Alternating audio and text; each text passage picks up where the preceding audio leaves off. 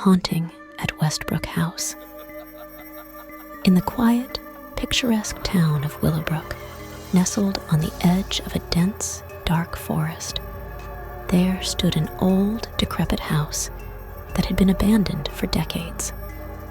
Its weathered walls and shattered windows told a haunting tale of neglect and forgotten memories. Local legend whispered of a tragic event that had befallen the house, a dark secret that cast a shadow over the entire town. But for one daring group of friends, curiosity outweighed the warnings.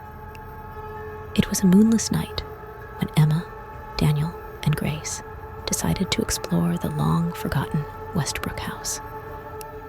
Armed with flashlights, they ventured inside, their hearts racing and their breaths held tight. The interior was like something out of a nightmare. Dust-covered furniture lay strewn about, and cobwebs hung like sinister draperies. Each creak of the floorboards sent shivers down their spines. But they were determined to uncover the truth. As they delved deeper into the house, they came across a room that appeared to have once been a child's bedroom. The eerie, cracked porcelain dolls and faded, torn wallpaper whispered of sadness, and an icy chill filled the air. Just as fear began to gnaw at their resolve, they heard it, a faint, mournful wail that seemed to echo from the very walls themselves. The friends froze in terror, exchanging wide-eyed glances. The wailing grew louder, more distinct, as if a child's cry was trapped within the house's tortured soul. Emma, trembling, followed the sound to a closet. When she opened the door, they were met with a heart-wrenching sight. An old, dusty crib with a tattered, rotting blanket. And at its center, a broken porcelain doll. Suddenly, the atmosphere shifted, becoming suffocatingly heavy. The room grew colder, and strange, shadowy figures moved in the corners of their vision. Panic set in as the haunting intensified, and they rushed for the exit.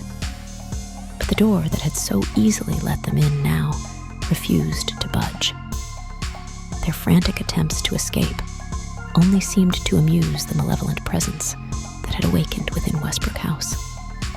It whispered strange, indiscernible words and watched them with unseen eyes.